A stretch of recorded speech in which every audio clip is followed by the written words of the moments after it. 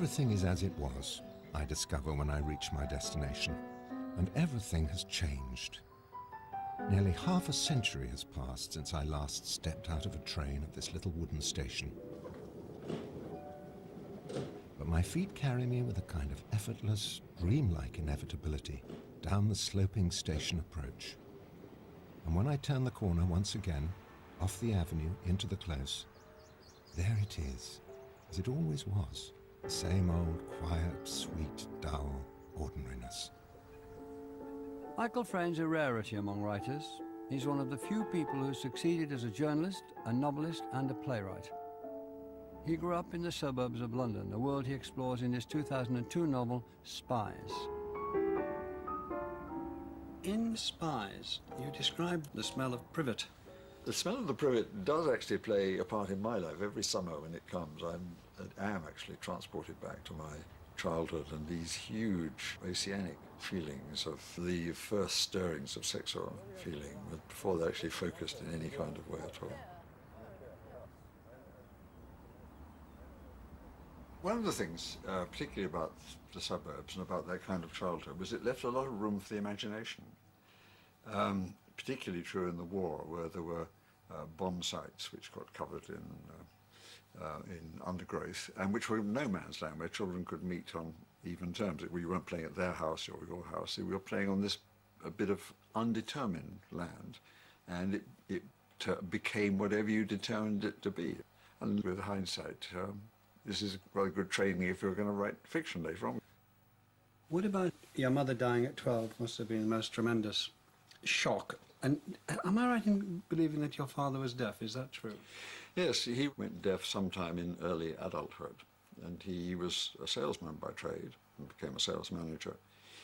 And you take everything for granted as a child, but thinking back on it, what an extraordinary life, what an extraordinary achievement to actually go out and meet people all day when you couldn't really hear what they were saying, and sell them things.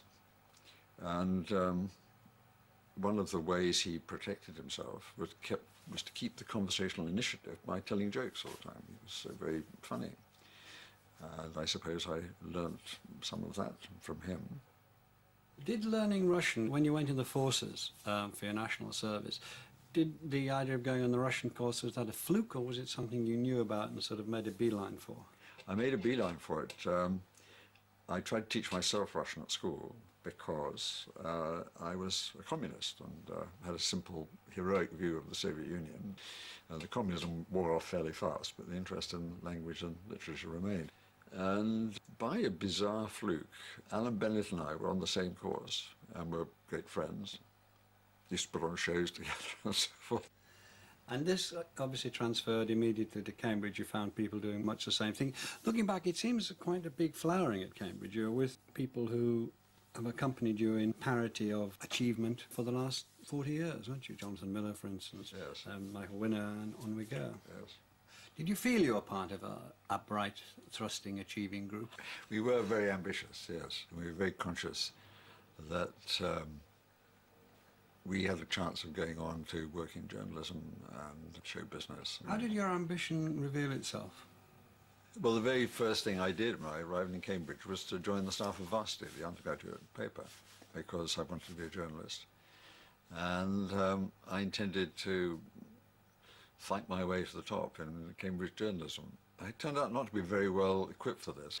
I wrote a lot of stuff for everything, a lot of stories and a lot of sketches for the Footlights. Wrote the Footlights in my last year, total disaster. First Footlights show not to come to London. Were you hit by that? Yes, I was turned against the theatre completely. I decided if the theatre didn't want me, I didn't want the theatre. What led you to read philosophy? Well, I tried to read literature. I tried to read French and Russian because I liked French and Russian, and I liked French and Russian literature. But I simply could not do it. I could not find what you were supposed to say in terms of literary answers. And I'd always, a number of philosophical questions I wanted to think about that occurred to me. So I took the plunge and with great difficulty persuaded my colleagues to let me change to philosophy. What were these questions that you've been thinking about? There were two specific questions. One was, why can you never catch yourself making a decision? The other was, if you change yourself, what is doing the changing? Well, they were both put in a very unphilosophical way, but in fact they do touch upon philosophically interesting questions. And I've gone on being interested in very much those questions for the rest of my life. After university, Michael Frayn worked for The Guardian for several years as a reporter and columnist. Experiences which led to his highly successful and comic novel, Towards the End of the Morning.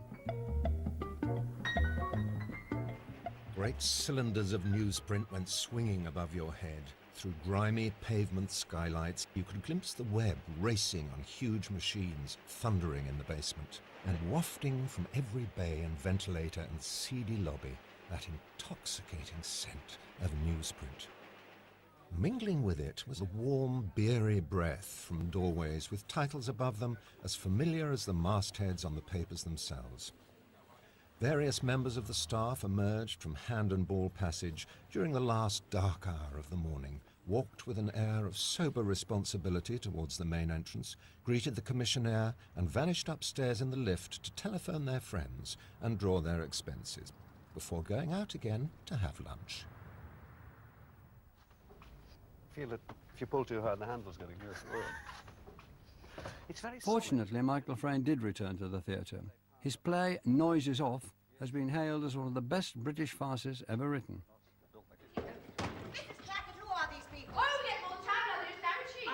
Noise Is Off is about a small-time touring company putting on an indifferent sex farce called Nothing On. Act 1 shows the actors rehearsing with the director. In Act 2, the set's turned round so the audience can see the problems the cast are having while on tour. They've been joined by the director, who has switched his affection from the young assistant stage manager to the company's scantily dressed starlet. In the third act, the set is turned round again, so we can see how the backstage problems throw the sex farce into chaos. This is probably going to embarrass Michael, but the first thing you think when you meet Michael Frayn, and I'm sure everybody does, is that you're in the presence of a brilliant man in so many areas. I read him in The Guardian when I was in my early 20s. He had that column in The Guardian, which made me laugh, and also made me feel, oh God, he's pinned me and others against the wall. I am a butterfly or a moth that's been pierced. And then his novels, wonderful novel about Fleet Street, one of the best, I'm told, by people who know Fleet Street, the old Fleet Street, one of the best ever written. So he's a novelist, a fine novelist, a prize-winning novelist. He's a wonderful translator of all Chekhov's plays, and an early play which he called Wild Honey, which was wonderful. And Ian McKellen gave the lead performance, and the best performance on stage I've ever seen Ian McKellen give, and that was partly because of the lines given him by Michael Frayn. His own plays are remarkable. Noise Is Off must be one of the greatest farces in the English language, and I've seen quite a lot of those. Stunning. I saw it first in the Savoy in London. I was rocking, like as if I was really in a rocking chair, rocking backwards and forwards all the time. I've seen it a couple of times since, and it still has that.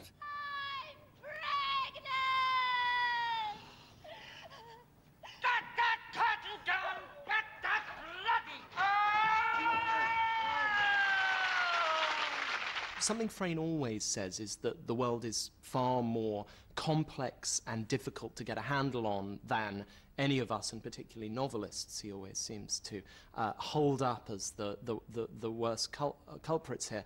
Far more difficult to get a handle on than any of us think. Frayn is always this extraordinary, questioning, philosophical mind operating behind the work. And it really asks us how much we can control this extraordinary, various, mutable world. And so Lloyd Dallas, the director, finds that the more he tries to control, the more things spiral and ravel away from him.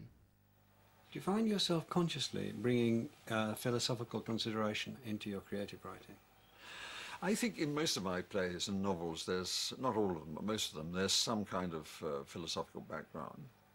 But I hope it's not too obvious, and I think if if only because if people realised, they probably wouldn't read the books or come to see the plays. But the idea that all of us have, and the idea you expressed in a lot of your work, is people's lives running up against, in competition with, or in contradiction with, systems of how their lives should be run.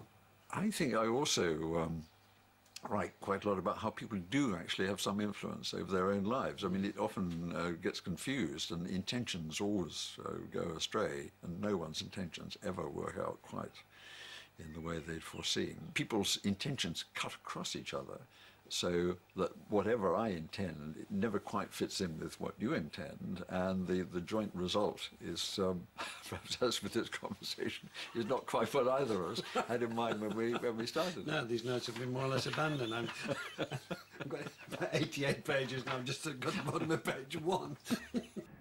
One of Michael Frayn's most successful plays is Copenhagen. It depicts two brilliant physicists involved in the development of quantum mechanics and atomic theory. The German Werner Heisenberg, who had ended up working for the Nazis, and Danish Niels Bohr. Niels Bohr was an enemy alien. He was also incidentally half Jewish. He was also famously anti-Nazi and had been tremendously active in helping Jewish physicists who'd had to leave Nazi Germany. In Frayn's play, Bohr and Heisenberg tried to make sense of a meeting they had in Copenhagen in 1941.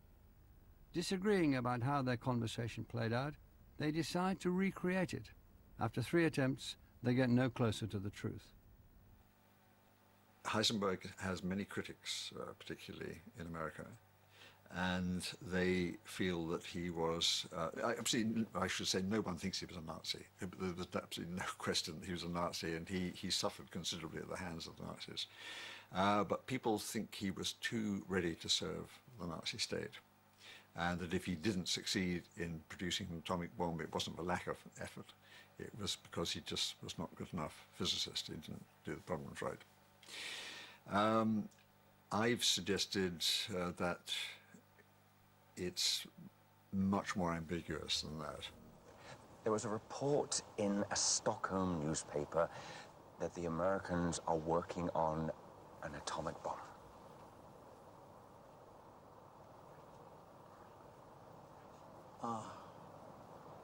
Now it comes. Now it comes. Now I understand everything. So you do want to know about the Allied nuclear program? I simply want to know if there is one. Some hint, some clue. I mean, one of the suggestions in Copenhagen is that it's not only difficult to know why other people do things, it's difficult to know why one does what one does oneself. And the suggestion is that one of the ways we find out what we're up to ourselves is by interaction with other people, by other people's reactions to what we say. And in Copenhagen, after I've rehearsed all the different explanations that have been given for Heisenberg's visit to Niels Bohr, the one I'm suggesting at the end is a purely fictitious one, that he really wanted to know what he was up to himself. He wanted to talk to Bohr, who was one of the few people in the world who could understand him very well, and try and work out whether he had actually approached the problem in the right way. He's written for me, in my view, the most philosophical play that I've ever seen, Copenhagen, which is a play about quantum mechanics. And you see, with the characters on stage, it's as if these people are particles moving around each other. It's extraordinary, not only the way they talk, he knows about that, they talk about it in learned and scholarly terms, which at the same time attracted, when I was there, a very enthusiastic audience. In the West End, I think it went to New York, I can't remember, but it's around, it keeps going around like all his plays. But it was a brilliant exposition of an extraordinarily complicated idea inside a drama, and I think is the only living writer who could do that. One of Michael Frayn's later plays, Democracy, is about the post-war German Chancellor Willy Brandt and his efforts to reunite East and West Germany. Having helped to unite Europe, he fell from power when an East German spy was discovered in his office. Speech, town hall, unemployment figures, federal investment, local anecdote. I get so much more done on the train. Now That's what first drew me to the story, was that Guillaume, Brandt's personal assistant, was spying on him for these Germans. No wife, no family. Just me, getting the suit pressed, laying it out with a matching shirt and tie, taking the telexes back and forth to the wireless car. These two are urgent. This one's confidential. I'll get it ciphered. No telling who sees these things in transit. But at some point, when the security authorities suspected this, they came and told Brandt that Guillaume was under suspicion, but they said they didn't have enough evidence to arrest him, that he'd have to be kept in office, and nothing must change and was just go on while they observed him. So from that point on, not only was Guillaume spying on Brandt, but Brandt was effectively spying on Guillaume. People kept taking me for a spy. Not something anyone's ever accused you of. Being a spy? No. But it just occurred to me that you were a young communist and that you read Russian and that you went to Cambridge. Were you ever tapped up to become a spy? I think I was approached at a very low level. I was aware that approaches were made to some friends of mine, yes, and not aware that other people had not only been approached but had actually agreed to work for British intelligence. And one man I knew quite well didn't discover until 20 years later that he was working for British intelligence. I thought he was in the Foreign Service. Now, I could have been a spy, couldn't I? Might be one, for all you know. Might be spying now. One of the things the play is about is about the complexity of the whole situation. There was no one thing that brought him down. It was very complex interweaving of public events,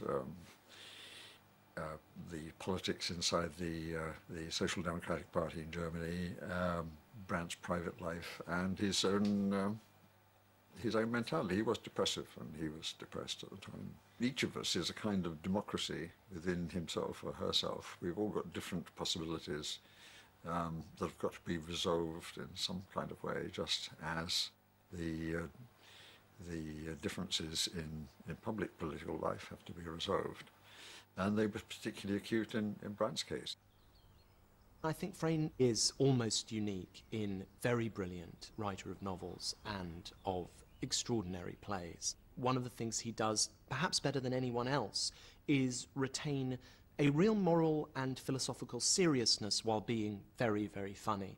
I think he's a master of the farce, and it's a form which comes in and out of vogue. I mean, it's had its time on the stage in London over the past few years. It's been very much had its moment, but he has consistently been a wonderful writer of farces. I think above all, he is a writer who can take the particularities of an everyday situation, an everyday life, and expand them out into extraordinary and philosophically interesting questions about how we live. The third week of June, and there it is again. The same almost embarrassingly familiar breath of sweetness that comes every year about this time. I catch it on the warm evening air as I walk past the well-ordered gardens. And for a moment, I'm a child again, and everything's before me. All the frightening, half-understood promise of life. It must come from one of the gardens. It reeks, it has a kind of sexual urgency to it, and it unsettles me, as it always does. I feel, what?